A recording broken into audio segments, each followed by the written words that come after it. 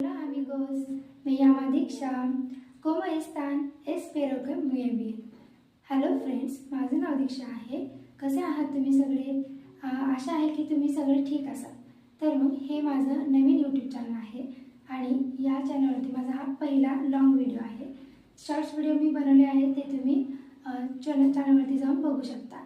तर या चॅनलवरती मी तुम्हाला स्पॅनिश ही भाषा एकदम बेसिक शिकवणार आहे, ते पण मराठीमधून. तर तुम्हाला असं वाटत असेल की स्पॅनिश ही भाषा का शिकावी किंवा याचे काय फायदे आहेत, तर मग मी तुम्हाला याबद्दल सांगते. पण त्याआधी तुम्ही माझ्या व्हिडिओला लाईक करा आवडल्यास आणि चॅनलला सबस्क्राईब करा. तर मग मी तुम्हाला याचे फायदे सांगते. तर जगातील दोन भाषांचे महत्त्व आहे. तर पहिली आहे युरोपियन भाषा आणि दुसरी आहे एशियन भाषा. तर युरोपियन भाषेमध्ये 3 मेन भाषा आहेत. त्या कुठल्या कुठल्या? तर पहिली आहे जर्मन, दुसरी फ्रेंच आणि तिसरी स्पॅनिश. तर एशियन भाषामध्ये पण 3 मेन भाषा आहेत. त्या पण एक पहिली आहे कोरियन, दुसरी चायनीज आणि तिसरी जॅपनीज. तर तुम्हाला माहीत आहे का की स्पॅनिश ही भाषा 21 देशामध्ये बोलली जाते. तर ते 21 देश, तर हे आहेत ते 21 देश. तर तुम्ही ह्याचा स्क्रीनशॉट काढून घेऊ शकता. आणि या जगामध्ये 500 मिलियनपेक्षा पण जास्त लोक स्पॅनिश ही भाषा बोलतात.